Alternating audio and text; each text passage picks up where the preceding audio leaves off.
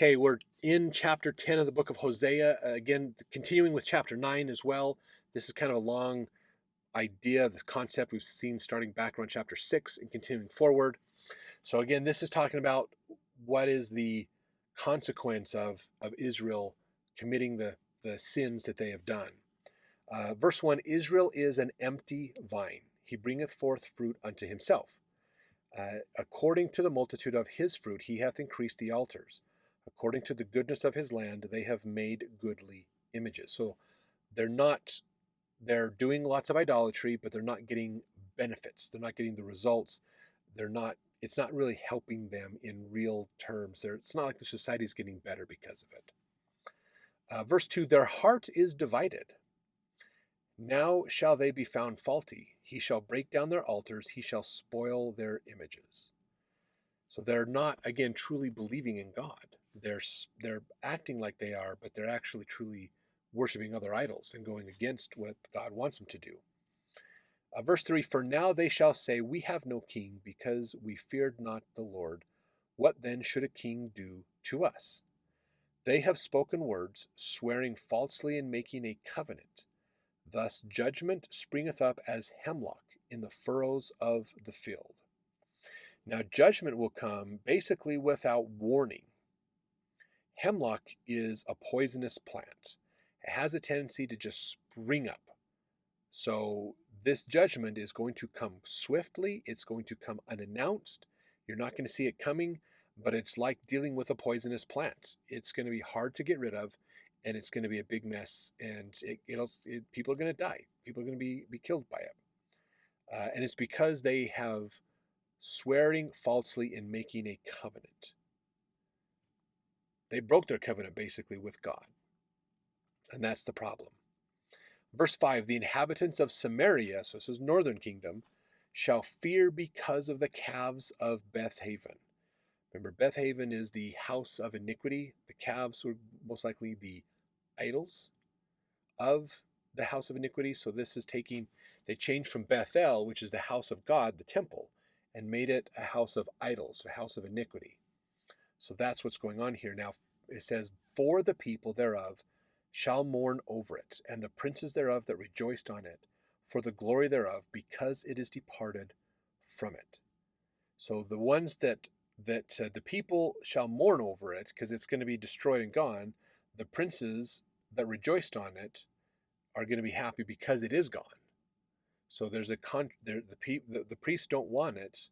Basically, it's not going to work in their favor, so they don't want it. The real place, the temple, basically, they want their own idol worship. Verse 6, it shall be also carried unto Assyria for a present to King Jareb.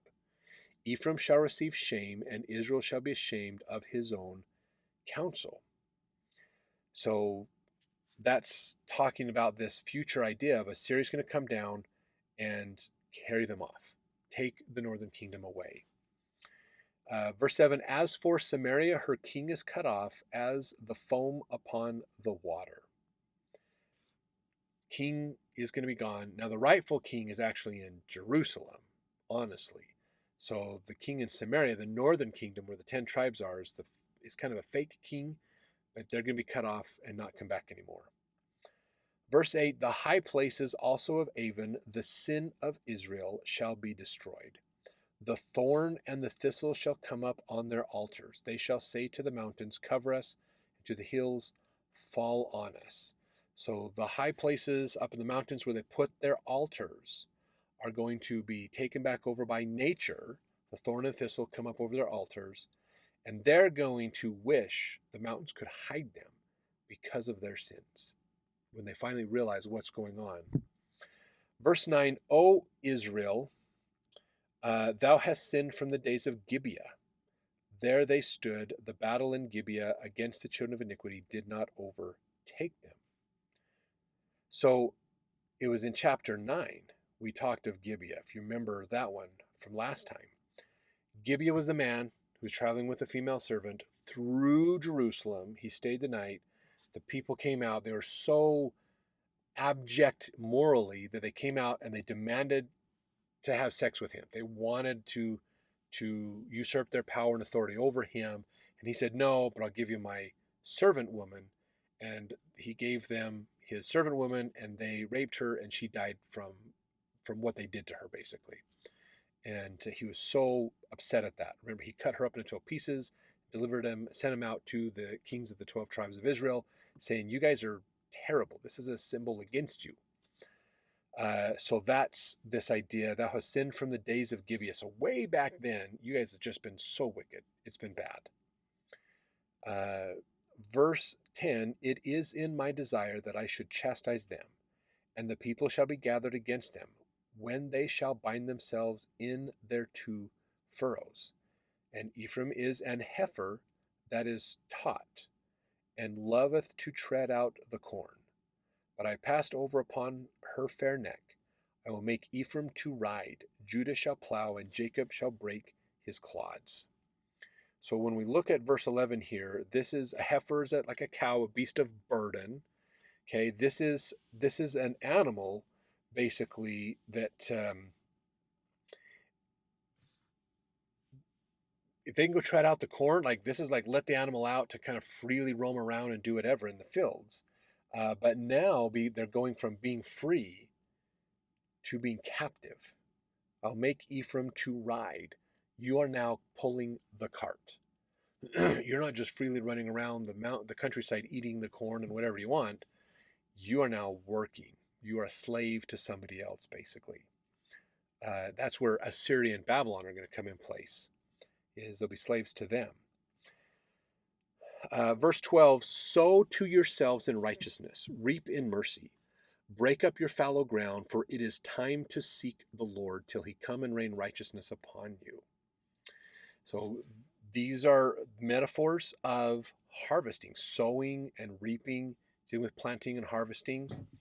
Let's see, this is, Bruce McConkie actually said in his book, Mormon Doctrine, mercy is not showered indiscriminately upon mankind, except in the general sense that it is manifest in the creation and peopling of the earth, and in the granting of immortality to all men as a free gift. Rather, mercy is granted because of the grace, love, and condescension of God, as it is with all blessings to those who comply with the law upon which its receipt is predicated. That law is the law of righteousness. Those who sow righteousness reap mercy. There is no promise of mercy to the wicked. Rather, as stated in the Ten Commandments, the Lord promises to show mercy unto thousands of them that love him and keep his commandments. So that's with verse 12, sow to yourselves in righteousness, reap in mercy. So cause and effect. If you do righteousness, you get mercy from God. If you don't, you're not going to get mercy from God. If you sow wickedness, you're not going to get mercy. You're going to get justice. And verse 12 is telling them time to repent. It's time to stop this madness. Come back to God, keep his commandments, follow him, basically. Verse 13, ye have plowed wickedness. So this is the other side of it. Ye have reaped iniquity. Ye have eaten the fruit of lies, because thou didst trust in thy way, in the multitude of thy mighty men. So they trusted in power of humans, their own intellect, their own power, as well as the power of amassing armies and people you can control around you. That is what the world wants, okay? This is important. Power is an important thing to understand the distinction of. See, the world defines power as the ability to make a choice that influences the lives of other people. Like a leader has power because they can make a choice and their followers have to follow it. God gets power because of the love he shows to others. And they choose to follow him because of that love. The atonement's not forced on anybody. We want to follow it when we understand it because of what Christ has done for us, not to us. There's a big distinction on that power, and that's the difference between verse 12 and 13, basically. In fact, Elder Bernard Brockbank counseled college students in a talk once. He says, if you sow seeds of righteousness, you will harvest righteousness. If you sow thorns and corruption, you will reap thorns and corruption. A prophet of the Lord said, "For they have sown the wind, they shall reap the whirlwind." That was chapter 8 of Hosea. If you sow seeds of purity, you will harvest purity.